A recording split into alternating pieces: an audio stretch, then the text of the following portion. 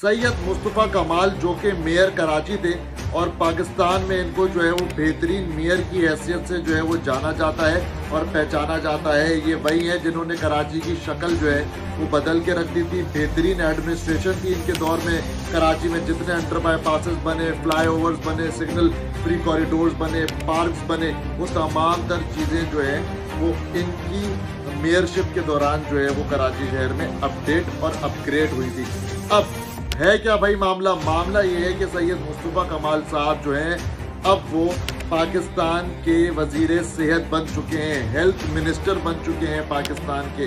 तो अब देखना ये है कि वाकई पाकिस्तान में नए अस्पताल बनेंगे, क्या पाकिस्तान में जो है वो हेल्थ का निज़ाम जो है वो बेहतर होगा, नई डिस्पेंसरीज बनेगी, बेहतर हेल्थ और ड्रग लॉज जो है वो सामने आएंगे या नहीं आएंगे। जैसे इन्होंने अपना जादू जो है वो कराची शहर में किया था, क्या वो सेहत के शोबे में भी वो जादू दिखा सकेंगे या नहीं दिखा सकेंगे? क्योंकि मुस्तफ़ा कमाल का जब नाम आता है तो लोगों के जहन में जो है वो फौरी तौर पे वो डेवलपमेंट आती है, फौरी तौर पे जो है वो नए आइडियाज़ आते हैं, फौरी तौर पे इनोवेशन जो है वो जहन में आती है। तो वाकई क्या पाकिस्तान का जो सेहत का निज़ाम है वो तब्दील हो सकेगा या नहीं?